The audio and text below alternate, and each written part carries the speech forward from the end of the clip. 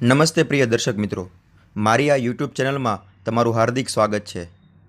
શ્રીમદ્ ભગવદ્ ગીતાના 18 અધ્યાયોની સફરમાં આપણે અત્યાર સુધીમાં 10 અધ્યાયોનું શ્રવણ પૂર્ણ કર્યું છે અને આજના આપણા વિડીયોમાં આપણે શ્રીમદ્ ભગવદ્ ગીતાનો 11મો અધ્યાય કે જેનું નામ છે વિશ્વરૂપ દર્શન યોગ તેનું શ્રવણ કરવાના છીએ. અર્જુને કહ્યું કે આપે જે અત્યંત ગુહ્ય આધ્યાત્મિક વિષયોનો મને ઉપદેશ આપ્યો છે તે શ્રવણ કરીને હવે મારો મોહ દૂર થઈ ગયો છે. હે કમળનયન, મેં આપની પાસેથી જીવ માત્રના ઉત્પત્તિ તથા લય વિશે વિસ્તારપૂર્વક સાંભળ્યું છે અને આપના અક્ષય મહિમાનો પણ અનુભવ કર્યો છે. હે પુરુષોત્તમ, હે પરમેશ્વર, હું આપને સ્વયં આપના જણાવ્યા પ્રમાણેના આપના વાસ્તવિક રૂપને મારી સમક્ષ જોઈ રહ્યો છું. તેમ છતાં આપ આ દ્રશ્ય જગતમાં કેવી રીતે પ્રવેશ્યા છો એ જોવાની મારી ઈચ્છા છે. આપના એ સ્વરૂપના હું દર્શન કરવા ઈચ્છું છું. હે પ્રભુ, હે યોગેશ્વર, જો હું આપને આપના વિશ્વરૂપના દર્શનનો અધિકારી લાગતો હોઉં તો કૃપા કરીને મને આપના એ અનંત વિશ્વરૂપના દર્શન આપો. પૂર્ણ પુરુષોત્તમ પરમેશ્વર બોલ્યા, હે અર્જુન, હે પાર્થ, હવે તું મારી વિભૂતિઓને જો. સેંકડો હજારો પ્રકારના દૈવી તથા વિવિધ વર્ણોવાળા રૂપોને જો. હે ભારત, હવે તું અહીં આદિત્યો, વસુઓ, રુદ્રો, અશ્વિની કુમારો, મરુતો તથા અન્ય દેવોના વિભિન્ન રૂપોને જો. એવા અનેક આશ્ચર્યમય રૂપોને જો કે જેમને પૂર્વે કોઈએ ક્યારેય જોયા નથી કે નથી સાંભળ્યા. હે અર્જુન, તું જે કંઈ જોવા ઈચ્છે તે હમણાં જ મારા આ દેહમાં જો. તું અત્યારે અને ભવિષ્યમાં પણ જે જોવા ઈચ્છતો હોય તે સર્વ આ વિશ્વરૂપમાં જોઈ શકીશ. અહીં એક જ સ્થાનમાં સ્થાવર અને જંગમ બધું જ સંપૂર્ણપણે અવસ્થિત છે. પરંતુ તું મને તારી આ વર્તમાન આંખે જોઈ શકીશ નહીં. તેથી હું તને દિવ્ય નેત્રો આપું છું. હવે તું મારા યોગ ઐશ્વર્યને જો. સંજય બોલ્યો, હે રાજા, આ પ્રમાણે કહીને સર્વ યોગ શક્તિના પરમેશ્વર એવા પરમયોગી ભગવાને અર્જુનને પોતાના વિશ્વરૂપનું દર્શન કરાવ્યું. અર્જુને તે વિશ્વરૂપમાં અસંખ્ય મુખ, અસંખ્ય નેત્ર તથા અસંખ્ય આશ્ચર્યમય દ્રશ્યો જોયા. આ રૂપ અનેક દિવ્ય આભૂષણોથી અલંકૃત હતું તથા અનેક દિવ્ય શસ્ત્રોથી સજ્જ હતું. તે દૈવી માળાઓ તથા વસ્ત્રથી શોભતું હતું અને અનેક સુગંધી દ્રવ્યોના વિલેપનવાળું હતું. બધું જ આશ્ચર્યમય, તેજમય, અસીમ તથા સર્વવ્યાપક હતું. આકાશમાં જો હજારો સૂર્ય એક જ સમયે એક સાથે ઉદય પામે તો તેમનો પ્રકાશ કદાચ પરમ પુરુષોત્તમના આ વિશ્વરૂપના દેદીપ્યમાન તેજ સમાન થઈ શકે. તે વખતે અર્જુનને ભગવાનના વિશ્વરૂપમાં એક જ સ્થાનમાં રહેલા હજારો ભાગોમાં વિભક્ત બ્રહ્માંડના અનંત આવિર્ભાવોનું દર્શન થયું. ત્યારે મૂંઝાયેલા, આશ્ચર્યચકિત થયેલા તેમજ રોમાંચિત થયેલા અર્જુને પ્રણામ કરવા પોતાનું મસ્તક નમાવ્યું અને હાથ જોડી પરમેશ્વરની સ્તુતિ કરવા લાગ્યો. અર્જુને કહ્યું, હે ભગવાન કૃષ્ણ, હું આપના દેહમાં સર્વ દેવોને તથા અન્ય વિવિધ જીવોને એકત્ર થયેલા જોઈ રહ્યો છું. હું કમળના આસન પર બિરાજમાન બ્રહ્માજીને તેમજ શિવજીને તથા સર્વ ઋષિઓ અને દિવ્ય સર્પોને જોઈ રહ્યો છું. હે જગન્નાથ, હે વિશ્વરૂપ, હું આપના દેહમાં અનેકાનેક હસ્ત, ઉદર, મુખ તથા ચક્ષુઓને જોઈ રહ્યો છું કે જે સર્વત્ર વ્યાપ્ત છે અને જે અંતવિહીન છે. હું આપની અંદર અંત, મધ્ય કે આદિને જોતો નથી. આપના સ્વરૂપનું દર્શન કરવું દુષ્કર છે, કારણ કે તેનું દેદીપ્યમાન તેજ પ્રજ્વલિત અગ્નિ અથવા સૂર્યના અગાધ પ્રકાશની જેમ સર્વવ્યાપી છે. તેમ છતાં અનેક મુકુટો, ગદાઓ અને ચક્રોથી વિભૂષિત એવા એ તેજસ્વી સ્વરૂપનું હું દર્શન કરું છું. આપ જ પરમ આદ્ય શ્રેય તત્વ છો. આપ જ સમગ્ર બ્રહ્માંડના અંતિમ આશ્રયરૂપ છો. આપ જ અવ્યય છો અને પુરાણ પુરુષ છો. આપ જ સનાતન ધર્મના પાલક પુરુષોત્તમ પરમેશ્વર છો. આ મારો મત છે. આપ આદિ, મધ્ય તથા અંતથી રહિત છો. આપ અપાર મહિમાશાળી છો. આપની ભુજાઓ અગણિત છે અને સૂર્ય તથા ચંદ્ર આપની આંખો છે. હું આપના મુખમાંથી પ્રજ્વલિત અગ્નિ નીકળતો તથા આપના તેજથી આ સંપૂર્ણ બ્રહ્માંડને તપતું જોઈ રહ્યો છું. આપ કેવળ એક છો, તેમ છતાં આપ આકાશ તથા સર્વલોક તેમજ તેમની વચ્ચે રહેલા સમગ્ર અવકાશમાં વ્યાપેલા છો. હે મહાત્મા, આપના આ વિસ્મયજનક તથા ઉગ્ર રૂપને જોઈ બધા લોક ભયભીત છે. દેવોના સમૂહો આપના શરણે આવી રહ્યા છે અને આપનામાં પ્રવેશી રહ્યા છે. તેઓમાંના કેટલાક ભયભીત થઈને હાથ જોડી આપની પ્રાર્થના કરી રહ્યા છે. મહર્ષિઓ તથા સિદ્ધોના વૃંદો કલ્યાણ થાઓ એમ કહીને વૈદિક મંત્રોના ગાન વડે આપની સ્તુતિ કરી રહ્યા છે. શિવજીના સર્વ આવિર્ભાવો, આદિત્યો, વસુઓ, સાધ્યો, વિશ્વદેવો, બંને અશ્વની કુમારો, મરુદગણ, પિતૃગણ, ગંધર્વ, યક્ષ, અસુર તથા સિદ્ધદેવો એ બધા જ આપનું દર્શન વિસ્મયપૂર્વક કરી રહ્યા છે. હે મહાબાહુ, આપના આ અનેક મુખ, નેત્ર, બાહુ, જાંઘો, ચરણ, ઉદર તથા ભયાનક દાંતોવાળા વિરાટ રૂપને જોઈને દેવો સહિત બધા લોક અત્યંત વ્યથિત થયા છે. તે જ પ્રમાણે હું પણ વ્યથિત થયો છું. હે સર્વવ્યાપી વિષ્ણુ, આકાશને સ્પર્શતા અનેક તેજસ્વી રંગથી શોભતા આપને, આપના વિસ્ફરિત મુખોને અને આપના અત્યંત જ્યોતિર્મય નેત્રોને જોતાં જ મારું ચિત્ત ભયથી વ્યગ્ર થયું છે. આથી હું મારા ચિત્તના ધૈર્યને કે શાંતિને હવે જાળવી શકું તેમ નથી. હે દેવાધિદેવ, હે વિશ્વના આધાર, આપ મારા પર અનુગ્રહ કરો. હું આ પ્રમાણે આપના પ્રલયાગ્નિ સમા મુખોને તથા વિકરાળ દાંતોને જોઈને સંતુલન જાળવી શકતો નથી. હું ચારે બાજુથી મૂંઝાઈ ગયો છું.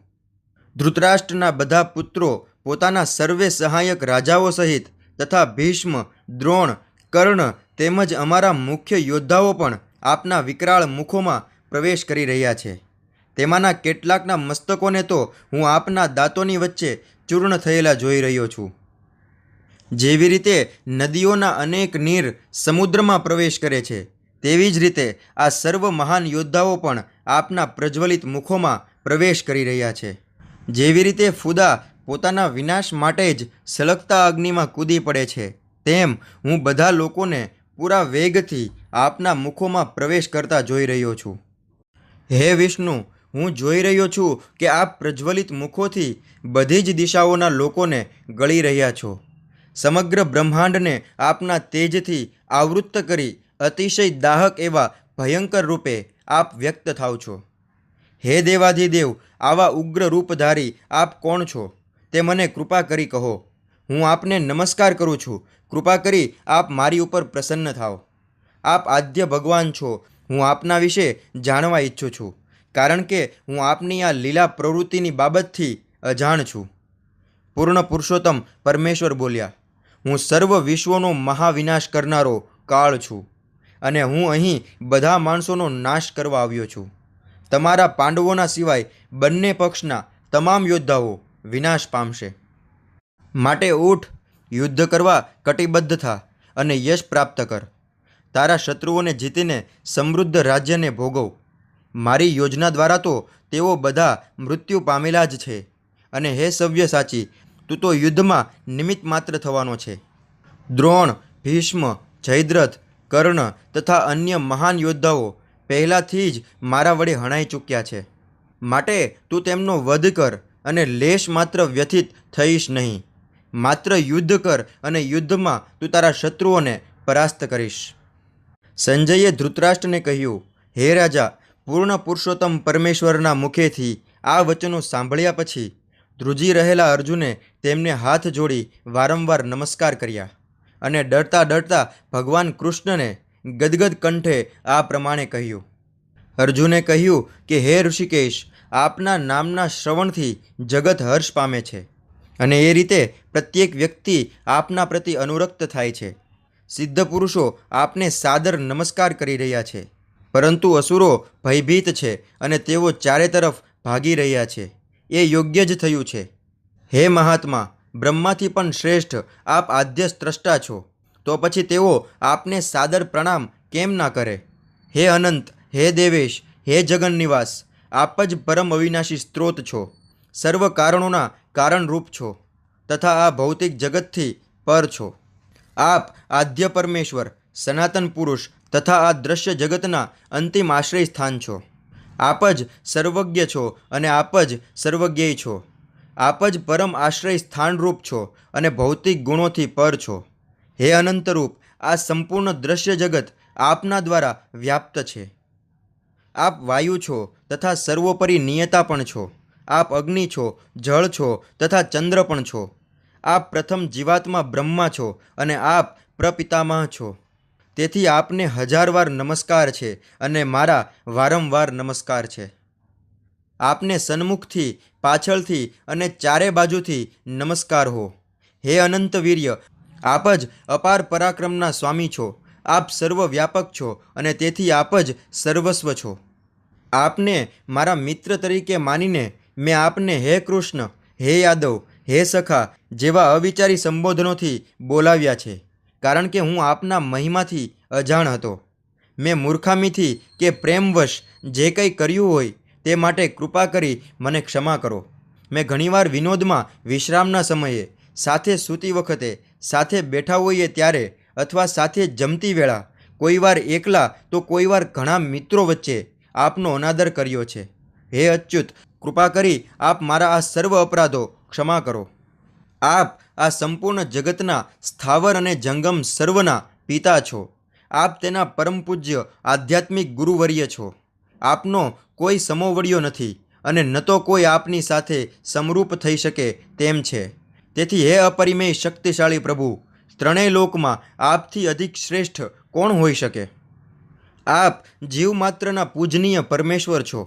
તેથી હું આપને સાદર સાષ્ટાંગ દંડવત પ્રણામ કરું છું અને આપની કૃપાની યાચના કરું છું. જેવી રીતે પિતા પુત્રનું ઉદ્ધત વર્તન સહન કરે છે, એક મિત્ર પોતાના મિત્રનું તોછડું વર્તન સહી લે છે, અથવા પતિ પોતાની પત્નીનો અપરાધ સહન કરી લે છે, તેમ આપ કૃપા કરીને આપના પ્રતિ થયેલા અપરાધોને સહ્ય ગણશો. મારા માટે અભૂતપૂર્વ એવા આપના આ વિશ્વરૂપના દર્શન કરીને હું આનંદ વિભોર થયો છું. પરંતુ તેની સાથે સાથે મારું મન ભયથી વિચલિત પણ થયું છે. હે દેવેશ, હે જગદાધાર, આપ મારી ઉપર પ્રસન્ન થાવ અને મને પુરુષોત્તમ પરમેશ્વર રૂપે આપના ભક્તવત્સ સ્વરૂપના પુનઃ દર્શન આપો. હે વિશ્વરૂપ, હે 1000 ભુજાઓવાળા પ્રભુ, હું આપના મુકુટધારી ચતુર્ભુજ સ્વરૂપના દર્શન કરવા ઈચ્છું છું, કે જેમાં આપના મસ્તકે મુકુટ અને આપની ભુજામાં શંખ, ચક્ર, ગદા તથા પદ્મ ધારણ કરો છો. તે જ રૂપના દર્શન કરવાની મને અભિલાષા છે. પરમેશ્વર બોલ્યા, મેં પ્રસન્ન થઈને મારી અંતરંગ શક્તિ દ્વારા તને આ ભૌતિક જગતમાં મારા આ પરમ વિશ્વરૂપના દર્શન કરાવ્યા છે. આની પૂર્વે અન્ય કોઈએ આ અનંત તથા દેદીપ્યમાન તેજોમય આદ્ય રૂપને ક્યારેય જોયું નથી. હે કુરુવીર શ્રેષ્ઠ, તારાથી પૂર્વે મારા આ વિશ્વરૂપને કોઈએ કદી જોયું નથી.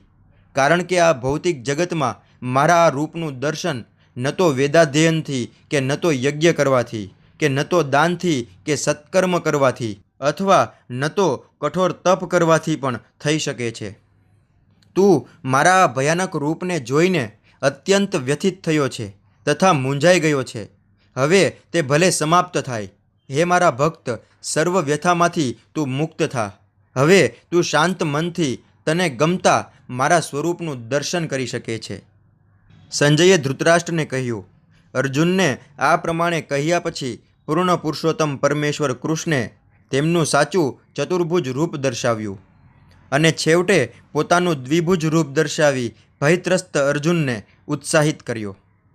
જ્યારે અર્જુનને ભગવાન કૃષ્ણનું તેમના મૂળ રૂપમાં દર્શન થયું ત્યારે તેણે કહ્યું, હે જનાર્દન, આપનું આ અત્યંત સુંદર મનુષ્ય સમાન રૂપનું દર્શન કરીને હવે હું સ્વસ્થ ચિત્તવાળો થયો છું અને મારી મૂળ પ્રકૃતિ મેં પુનઃ પ્રાપ્ત કરી છે. પૂર્ણ પુરુષોત્તમ પરમેશ્વરે કહ્યું, હે અર્જુન, તું અત્યારે મારા જે રૂપને જોઈ રહ્યો છે તેના દર્શન અતિ દુર્લભ છે. દેવો પણ આ અતિ પ્રિય રૂપના દર્શન કરવાનો અવસર સદૈવ શોધતા રહે છે. તું દિવ્ય દ્રષ્ટિથી મારા જે રૂપના દર્શન કરી રહ્યો છે તે માત્ર વેદાધ્યયનથી કે કઠોર તપ કરવાથી કે દાનથી અથવા પૂજા દ્વારા પણ પામી શકાતું નથી. આ બધા ઉપાયો દ્વારા મનુષ્ય મને મારા મૂળ રૂપમાં જોઈ શકતો નથી. હે અર્જુન, માત્ર અનન્ય ભક્તિ દ્વારા જ મને મૂળ રૂપમાં જાણી શકાય છે, કે જે રૂપમાં હું તારી સામે ઊભો છું, અને એ જ રીતે મારું પ્રત્યક્ષ દર્શન પણ કરી શકાય છે. કેવળ આ જ રીતે તું મારા વિશેના જ્ઞાનના રહસ્યોને પામી શકીશ. હે પ્રિય અર્જુન, સકામ કર્મ તથા માનસિક તર્ક વિતર્કના સંસર્ગ દોષથી રહિત થઈને જે મારી શુદ્ધ ભક્તિમાં પરાયણ રહે છે, જે મારે માટે જ કર્મ કરે છે, જે મને જ જીવનનું પરમ ધ્યેય માને છે, અને જે જીવ માત્ર પ્રતિ મૈત્રી ભાવ રાખે છે, તે નક્કી મને પામે છે. આ પ્રમાણે શ્રીમદ્ ભગવદ્ ગીતાનો વિશ્વરૂપ દર્શન યોગ નામનો 11મો અધ્યાય અહીંયા સમાપ્ત થાય છે. દર્શક મિત્રો, જો તમને અમારો આ વિડીયો પસંદ આવ્યો હોય તો લાઈક, શેર અને કમેન્ટ અવશ્ય કરજો, અને અમારી આ ચેનલને સબસ્ક્રાઈબ પણ જરૂરથી કરજો. ફરી મળશું આપણે શ્રીમદ્ ભગવદ્ ગીતાના 12મા અધ્યાય સાથે. ત્યાં સુધી નમસ્તે.